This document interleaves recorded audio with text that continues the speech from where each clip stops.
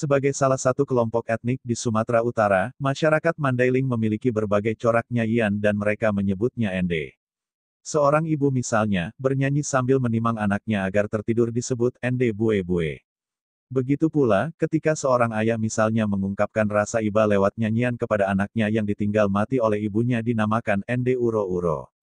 Ende mamuro, dapat hadir di danau ketika seorang petani menghalau burung-burung pipit yang memakan padi di sawahnya. Ada pula seorang penjajah atau penjual ngiro, air nira, sewaktu Ari Poken, hari pekan, berteriak ngirona, ngirona.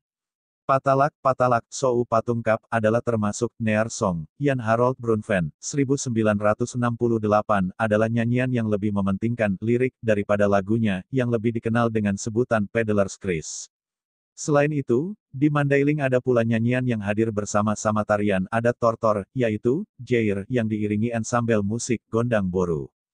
Kali ini kita mencoba memaparkan sedikit tentang dua nyanyian rakyat Mandailing. Pertama, Ungut-Ungut, yang terdapat di Mandailing Julu, dan kedua, Sitogol, dari Mandailing Godang. Yang mana, Ungut-Ungut biasanya dapat hadir di berbagai tempat dan kesempatan. Sedangkan, Sitogol, biasanya dilantunkan seseorang, pemuda, dari atas tor, bukit-bukit kecil, yang seringkali diselang-selingi dengan tiupan alat musik olonglio, uyup-uyup durame, dan sesekali, dosik, suitan, agar dapat didengar dan menjadi perhatian sang gadis pujaan yang sedang bekerja di sawah yang terletak di lembah bukit-bukit itu. Kerancuan. Dalam syair lagu berjudul, Sitogol Sian Mandailing Godang, yang diciptakan oleh Nahum Situmorang dikatakan bahwa, Sitogol dari Mandailing Godang, sama dengan onang-onang, yang terdapat di Angkola. Sepengetahuan penulis bahwa kedua nyanyian itu jauh berbeda, baik dari aspek musikalitasnya maupun dalam hal penggunaannya.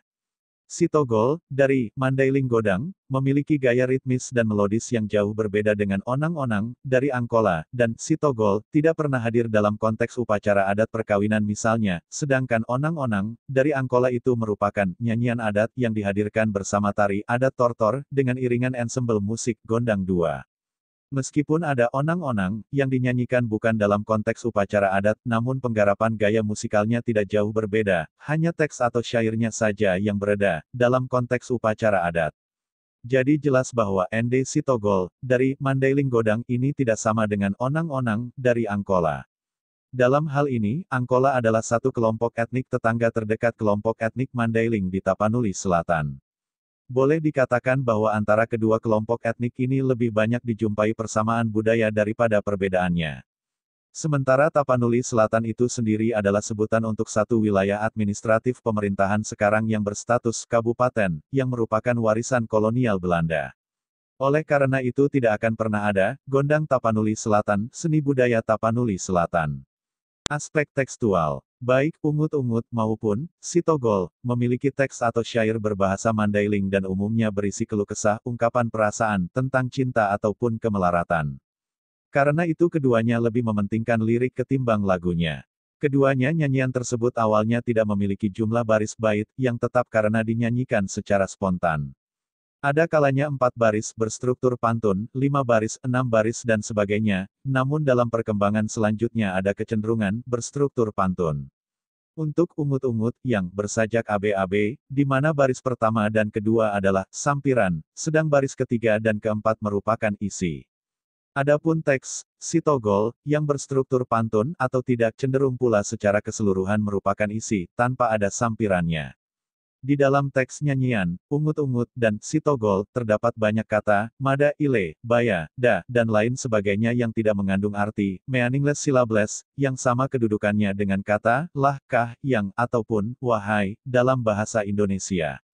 Kata-kata atau silabel ini digunakan untuk mendukung efek artistik, dan terkadang untuk penyesuaian jumlah silabel dalam setiap rentangan melodi, frase. Hal seperti ini pertama sekali dirumuskan oleh budayawan Der. Z. Pangaduin Lubis di dalam makalahnya, Penelitian Tekstual dalam Jair, suatu pengamatan awal yang dipresentasikan pada Temu Wicara Etnomusikologi 3 tahun 1987 di Fakultas Sastra USU Medan. Apabila diperhatikan pada susunan atau jumlah silabel yang dinyanyikan untuk setiap rentangan melodi, ternyata tidak memiliki jumlah yang sama. Keadaan ini menunjukkan bahwa jumlah silabel untuk setiap rentangan melodi tidak mengikat secara baku. Hal ini dapat membentuk kalimat-kalimat yang panjang atau pendek di dalam setiap rentangan melodi.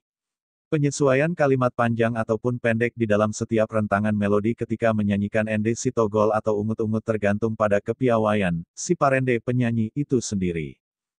Aspek musikal. Ungut-ungut dinyanyikan secara solo oleh pria dengan tempo sedang, memiliki gaya melodis yang statis, heightened pitch tanpa meter, heterometris, dan biasanya sebagai pengiring adalah alat musik tiup, suling, atau salung. Sementara sitogol juga dinyanyikan secara solo oleh pria dengan tempo sedang, yang terkadang diselang-selingi alunan alat musik olonglio dan sesekali, dosik suitan. Di samping itu, sitogol memiliki kantur melodis ascending, naik dan juga tanpa meter, heterometris. Perbedaan mendasar, di mana ungut-ungut dinyanyikan dengan lembut, sedangkan sitogol diteriakkan agak kuat karena dinyanyikan dari atas bukit agar dapat didengar gadis pujaan yang sedang bekerja di sawah, di lembahnya, bukit-bukit tempat ia melantunkan sitogol. Baik ungut-ungut maupun sitogol cenderung berbentuk stropik karena keduanya selalu mengulang-ulang formula, bentuk melodi yang sama tetapi dengan teks nyanyian yang baru.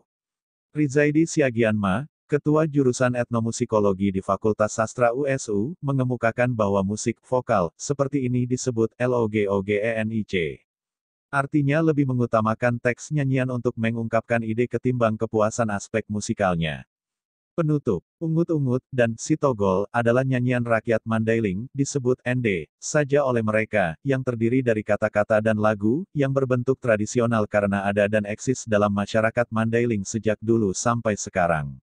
Juga banyak memiliki varian dan beredar secara lisan di dalam masyarakat Mandailing. Selanjutnya dapat dikemukakan bahwa nyanyian rakyat Mandailing yang dua ini dapat dikategorikan ke dalam nyanyian rakyat yang bersifat liris sesungguhnya, James Dananjaya 1984, 14153.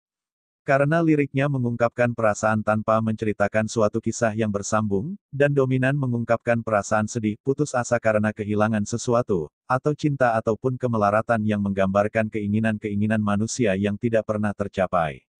Dimuat dalam Harian Waspada Medan, 1991.